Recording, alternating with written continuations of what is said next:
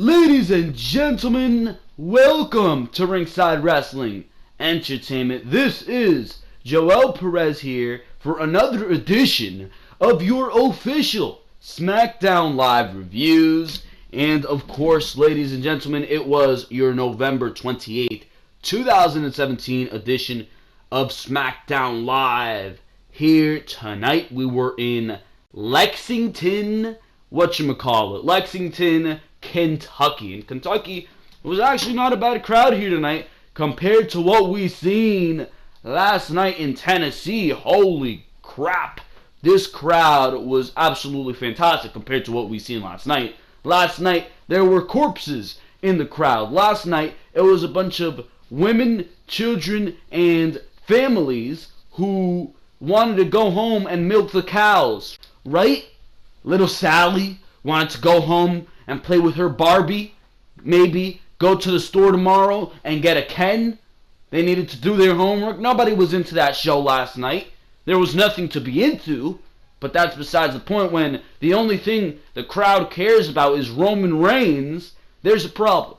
There is a problem. And notice that the crowds that don't like Roman Reigns are usually awake for the rest of the show, yet the crowds that do like Roman Reigns are dead for the rest of the show. Isn't that funny? Ha ha ha ha ha. I'm laughing real hard. Decent crowd here tonight. As far as this show goes, it was absolutely boring. Nothing, and I mean nothing interesting happened on this show here tonight. And that seems to be the case with SmackDown Live. It is boring. Nothing exciting is happening on these shows. And I mean, it's kind of expected when the show is being main evented by babyface Randy Orton, who we like to call Randy Borton, because that's what he is. Boring. Boring. And that's exactly what this show was. Boring. And do you think a boring show is a good show? No, it's not a good show. This show was not good here tonight. Was it as bad as what we seen on Monday Night Raw last night? No, it wasn't as bad as what we seen on Monday Night Raw last night. It's not easy to be as bad as what we see on Monday Night Raw each and every single week. I mean, on a show that's being main evented by Kane, you really can't get worse than that. In 2017, a show being main evented by Kane. You gotta be kidding me with that one. Where Kane is beating the crap out of Finn Balor and making Finn Balor look like shit. You really can't get a lot worse than that. It wasn't that this show had a lot of bad things on it. It's just that nothing happened. And when nothing happens, I'm gonna sit here and tell you that nothing happened. And I'm gonna sit there watching SmackDown Live and I'm going to get bored very quickly, and that's exactly what happened. None of this, I feel, built properly towards Clash of Champions. I have no idea what the directions are for Clash of Champions coming out of this show. I just don't know. I just do not know. And I think all of you can agree with me on that one. But we're going to talk about what happened on SmackDown Live here tonight. We're going to talk about that. And, of course, before we do get into that, make sure to go check out all the other content on the Ringside Wrestling YouTube channel. There is so much other content for you to go check out. Raw reviews, SmackDown reviews, pay-per-view reviews, NXT TakeOver special reviews, preview and predictions, Behind the Mic each and every single Saturday. Behind the Mic episode number 46, I believe, was uploaded just this past weekend. We were talking about huge news, AJ Styles and when he can possibly be retiring, and Money in the Bank in 2018 becoming a dual branded pay-per-view. So there was big stuff on there. Raw review was uploaded last night.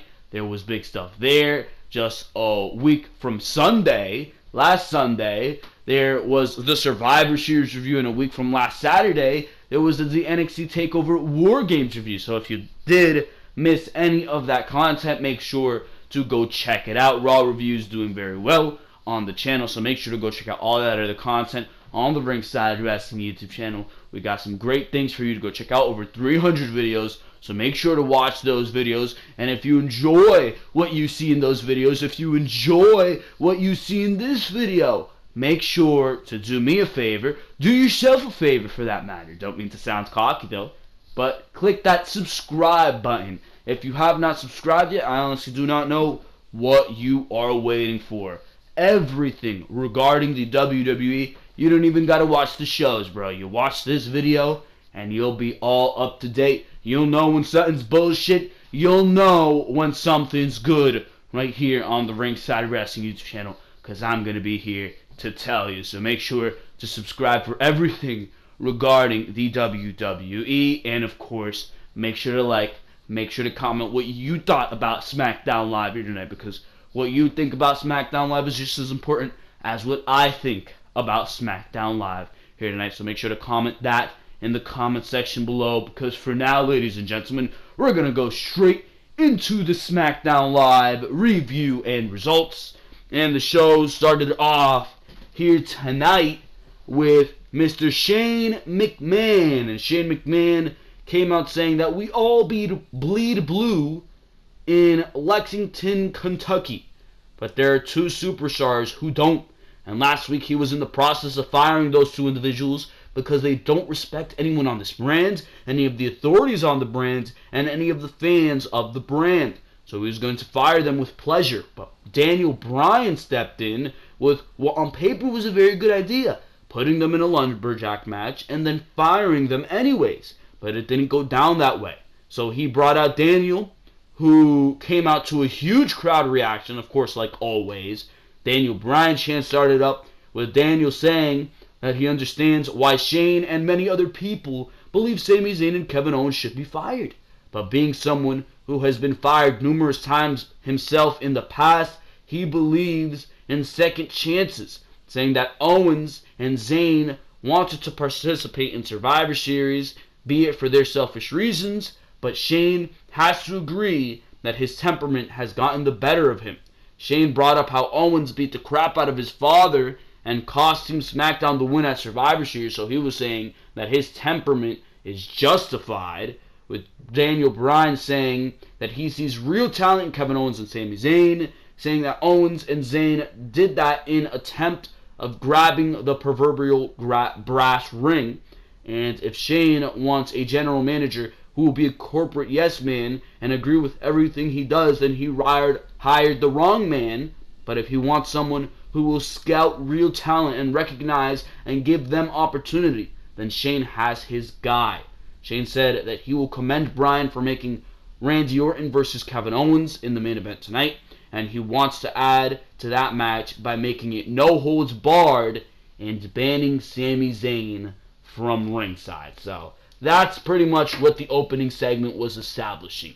What I think this was is, first of all, foreshadowing. I think they're building towards some type of split between Daniel Bryan and Shane McMahon. Maybe where Daniel Bryan is going to be leading a team Kevin Owens and Sami Zayn, or he's going to be favoring Kevin Owens and Sami Zayn more in a heel role in the future, or maybe that just Shane McMahon and Daniel Bryan, somebody's gonna go heel between the both of them, and they're gonna be like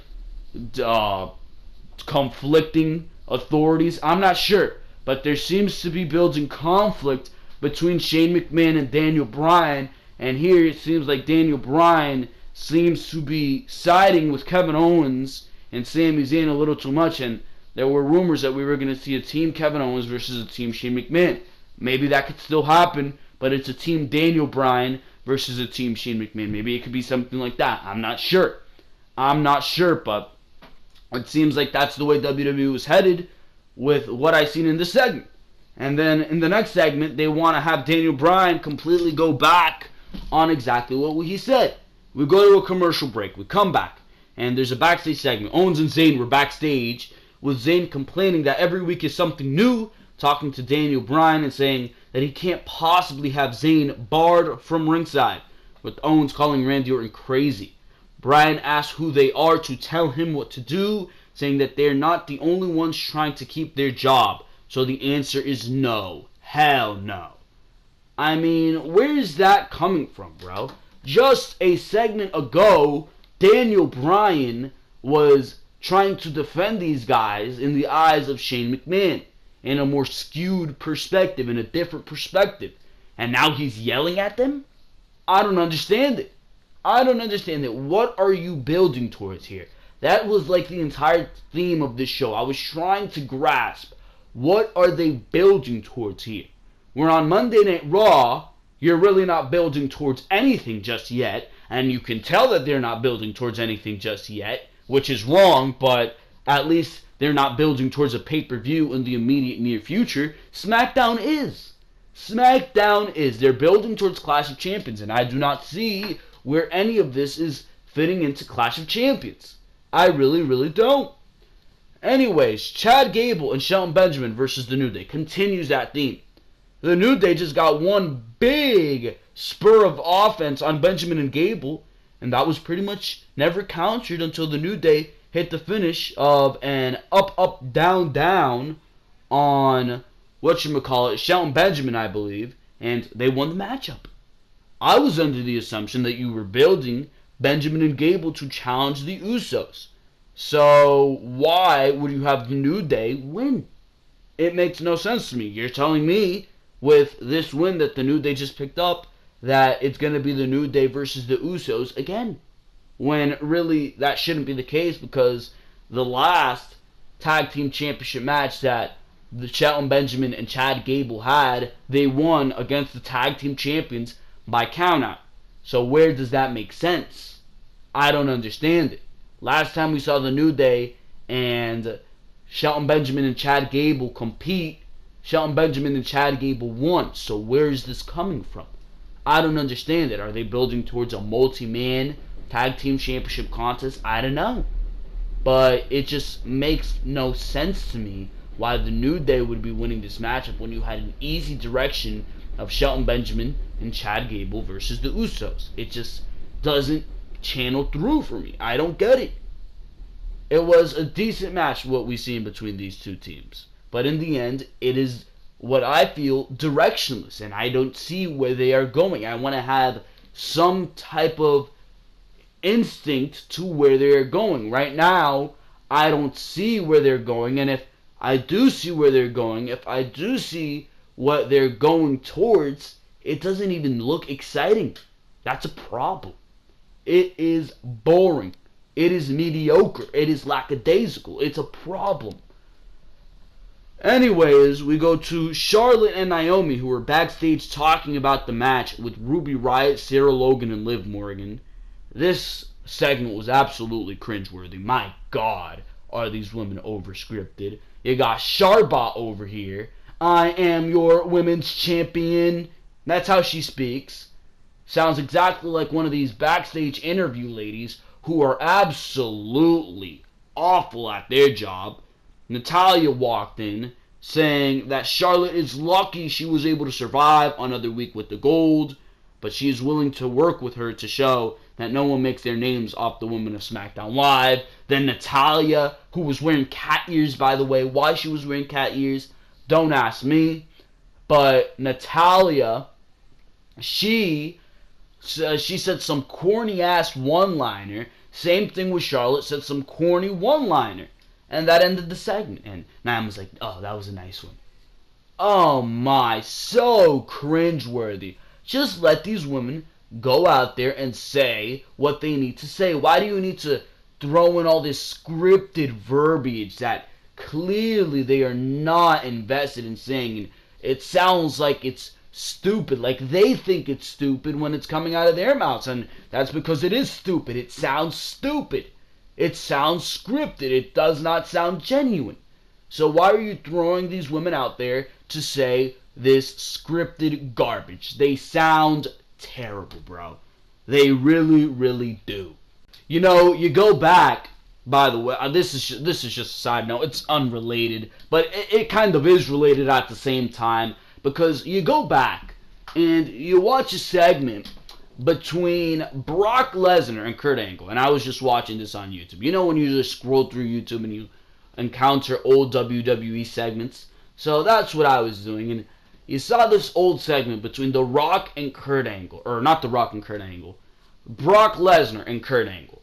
Brock Lesnar is a guy that if you look at him now, you will believe that this guy has no charisma, no mic skills, and that he can barely speak. Why? Because they have him behind Paul Heyman, like if he doesn't have good mic skills. You go back and you watch a segment between Brock Lesnar and Kurt Angle in 2003 when they were feuding and building towards a championship match at some random pay-per-view, and it was entertaining, and it was unique, and it was dynamic, and Brock Lesnar came off as funny and creative, and like he can actually speak. Brock Lesnar actually looked like a genuine goddamn beast in that scenario, because it was like a scenario where Kurt Angle tricked Brock Lesnar, right?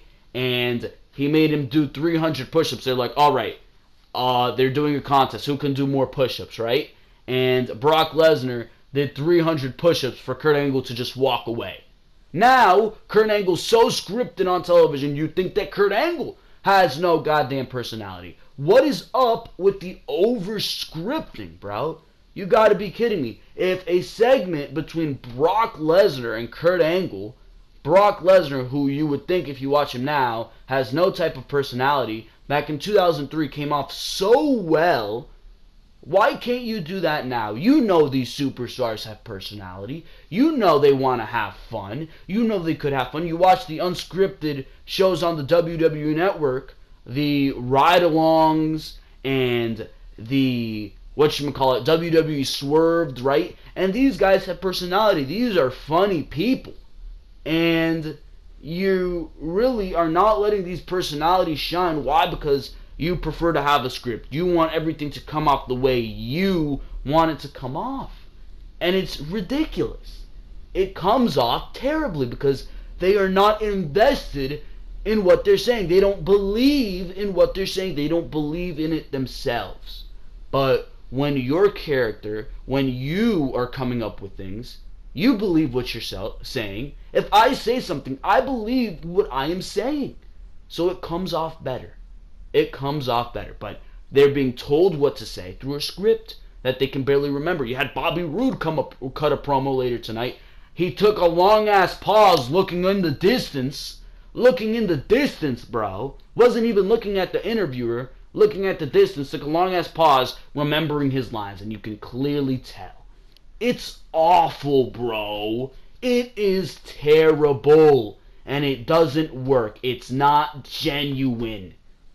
My God, the fact that Brock Lesnar in 2003 was able to put on a fun-ass, entertaining segment with Kurt Angle, two guys who you wouldn't believe have mic skills today with how you see them on WWE television. They were putting on a funny-ass segment.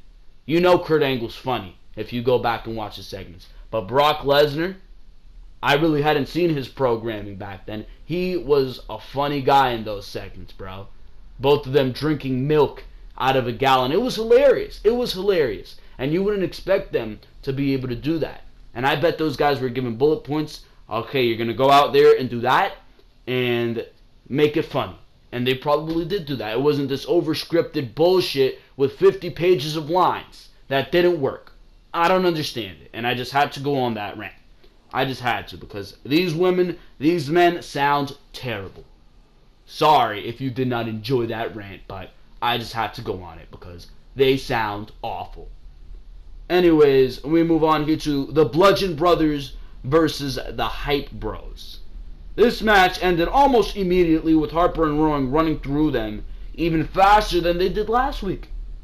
It was after the match that they were building up to. Clearly they didn't do this last week because it would have taken away from the debut of the Bludgeon Brothers, so they did it this week, and Mojo Rawley and Zack Ryder finally split up. It was Mojo Rawley turning heel here.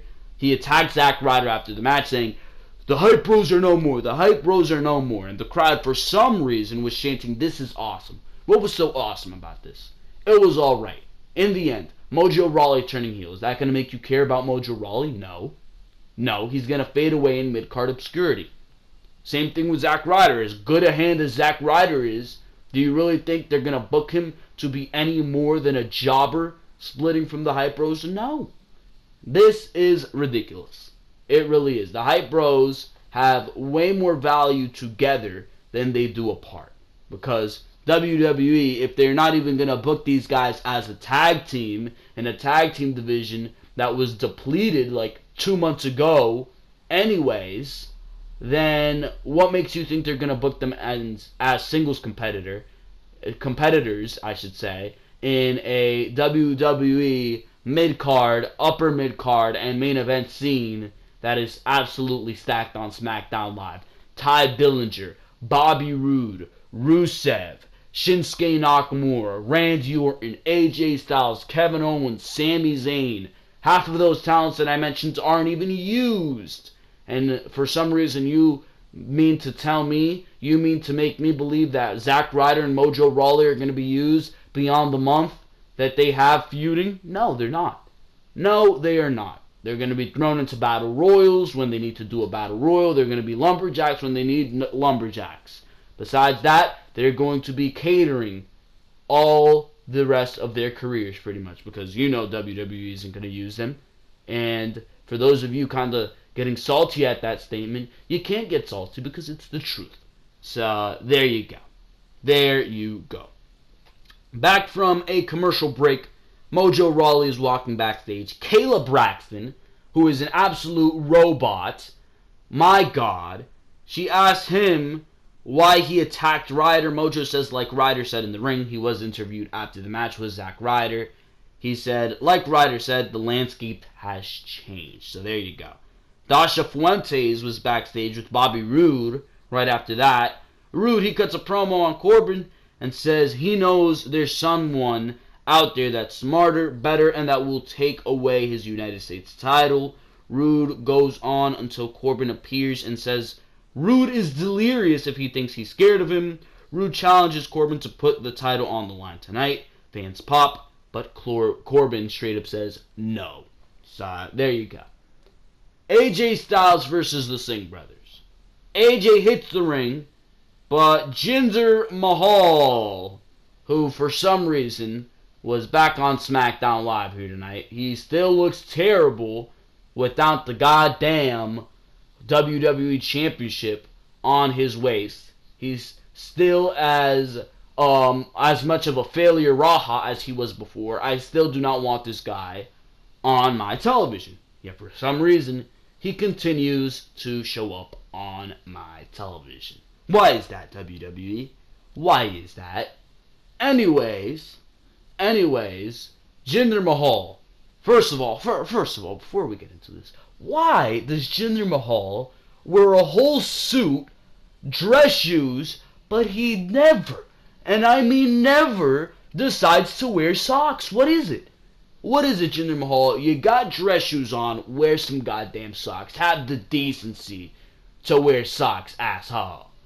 Anyways, Jinder tells the Singh brothers to step aside so he can have AJ all to himself. Jinder sends AJ into the ring post, causing him to fall onto the floor. And then we go back to commercial. Back from the break, AJ tells the referee he wants to compete. AJ looks to unload, but Samir and Sunil beat him down for the double team. Jinder watches from ringside and applauds them. The Singh brothers keep up the attack on AJ, and they take turns in pin attempts. AJ finally fights back and drops both of them, but the numbers game catches up again as they take his knee out. AJ fights him off again while sitting on the top. Jinder gets on the apron, but AJ kicks him in the face. Samir climbs up for a superplex, but AJ fights him off. AJ hits a super styles clash on top of Sunil for the double pin. After the match, AJ takes the title and retreats to the floor as a furious Jinder hits the ring. Jinder takes out his frustration on the Singh brothers as fans chant, "You still suck." Yeah, because he does still suck. He's always sucked. Jinder hits one of the Singh brothers again and stands tall as the music hits. There you go. Who cares? Do you? No. Do I? No. Dasha is backstage with Ruby Riott, who for some goddamn reason now has 2 T's in her name. Yeah, that's what WWE spends their time doing. Instead of booking these shows to be exciting and cool, you're spending time putting a second T in the name of Ruby Riott. You gotta be fucking kidding me, bro. And I wasn't trying to curse too much in this video, but that is just ridiculous, bro. I mean, you gotta spend time putting Ruby Riott with 2 T's all over the place. On WWE.com, you gotta make the graphic for it on her Titantron. You gotta do all this garbage just to put a second T in the name of Ruby Riott. In the end, for what? For nothing. Oh, you gotta be kidding me, bro. Anyways, so Ruby Riott with 2 T's, Sarah Logan and Liv Morgan, they are interviewed. Ruby Riott reveals their group's name is the Riott Squad. Alright, whatever. She says they're not here to make friends, they're here to turn the division upside down, and she has 2 of the most dangerous women in the world at her side. Liv and Logan also speak before we go to commercial. Naomi, Charlotte, and Natalya versus the Riott Squad. Natalya, she walked off immediately, like as soon as this match started, leaving Charlotte and Naomi. They then eliminated Naomi from the equation, threw her into the steel steps. Then you had Sarah Logan put the steel steps on top of her, grabbed her by the leg, and kind of like slingshots her headfirst into the barricade. Or not into the barricade, into the steel steps. So she's gone. She's gone. That leaves Charlotte alone. She hits a spear on Liv Morgan, but soon enough takes a knee from Sarah Logan and the Pele kick from Ruby Riott herself, and the Riott Squad wins their debut match against Natalya, Naomi, and Charlotte. So there you go. Do you care? No. Do I care? No. You can be booking the women's division so much better than this. Right now, it should not be Ruby Riott. It should not be Sarah Logan. It should not be Liv Morgan, because all those women had unfinished business down in NXT. It should be Peyton Royce and Billie Kay doing this hostile takeover of SmackDown Live. And it doesn't even need to be a takeover. It just needs to be Ruby Riott and Billie Kay are now on SmackDown Live. They're inserting themselves into this division. Then on Monday Night Raw, it should just be Paige coming back, inserting herself into the Raw Women's division, and adding fresh blood like that. You do not need to go further than that. But they felt the need to bring up Mandy Rose and Sonya Deville, who are green as grass alongside her, and bullshit. Even if you wanted to bring Paige up with somebody else, if you wanted to return Paige with somebody else, I would have had Ruby Riott be alongside Paige on Monday Night Raw. And for that case, I would have had Bianca Belair from NXT be alongside Paige, because Bianca Belair has only been wrestling 1 year, and she's already putting on some of the best women's matches we've seen all year. She would be somebody to bring up, because she has no business down in NXT. She hasn't been put on NXT television too much yet, and she looks developed. You've seen the matchup she has with Kairi Sane. You'll be super impressed. The match she had with Kairi Sane in the Mae Young Classic, probably the best matchup we've seen in the entire Mae Young Classic, was Kairi Sane versus Bianca Belair, who's only been wrestling for a year. And you put her up with Paige if you wanted to do that faction thing so bad. So I would have done that, but of course WWE didn't go that direction, and they went the way of bullshit. Now you have 3 women teams on SmackDown Live and Monday Night Raw. The Riott Squad and Absolution doing absolutely nothing on these shows. So there you go. There you go with that one. We go to the main event, Randy Orton versus Kevin Owens. This was okay. Nothing that we have not seen before from Randy Orton and Kevin Owens. I think we've even seen this matchup on SmackDown Live. We've seen this matchup a bunch of times. We've seen it in singles competition. We've seen it in variation in tag team matches. We've seen it a bunch. Why do we need to see it again? Because, they have no goddamn ideas. Anyways, this match was okay. And, Sami Zayn being barred from ringside. Yeah, that wasn't the case. Sami Zayn came out with the steel chair as Randy Orton was beating the crap out of Kevin Owens, who tried to escape the clutches of Randy Orton, but he failed. So Sami Zayn had to come out with the chair, attack the knee of Randy Orton, starts hitting him with the chair, and then he runs to the back, and that allows Kevin Owens to attack the knee of Randy Orton back inside the ring. That allows Kevin Owens to do that, and that then allows him to hit a frog splash, which if there's something I did like here tonight, it's the fact that Kevin Owens won with the frog splash. He doesn't always need to win with the pop-up powerbomb. I like that he won with the frog splash, because Kevin Owens is 280 pounds. He should be winning with a move like that. It just makes sense.